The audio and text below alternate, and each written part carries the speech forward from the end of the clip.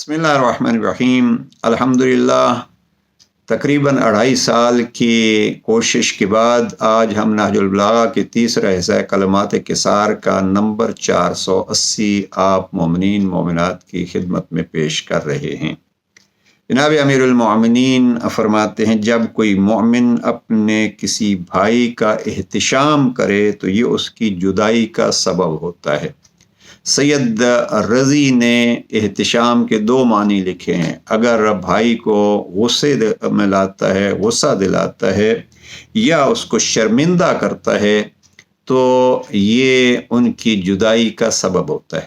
بعض شارحین نے تیسری وجہ بھی لکھی ہے کہ اگر کوئی ایک شخص دوسرے شخص کے سامنے اپنے آپ کو بڑا سمجھتا ہے تو یہ بھی اس برادری میں خلل کا سبب بنتا ہے۔ لہذا خلاصے کے طور پر یہ کہا جا سکتا ہے کہ اگر برادری کو نبھانا ہے تو 3 چیزوں سے اپنے آپ کو بچائیے۔ کوئی ایسا کام نہ کیجیے کہ آپ کا وہ بھائی غضبناک ہو، غصے ہو۔ کوئی ایسا کام نہ کیجیے کہ وہ بھائی آپ کے سامنے شرمندہ ہو، اور کوئی ایسا کام نہ کیجیے جس سے آپ کی بڑائی اور آپ کا تکبر ظاہر ہو۔ پروردگار ہمیں نہج البلاغہ کے ان عظیم اور حکمت بھرے جملات کو اپنی زندگی میں اپنانے کی توفیق نصیب فرمائے اور اس کلام امیر المومنین کو دوسروں تک پہنچانے کی ہمت عطا فرمائے۔ نہج البلاغہ حکمت 480۔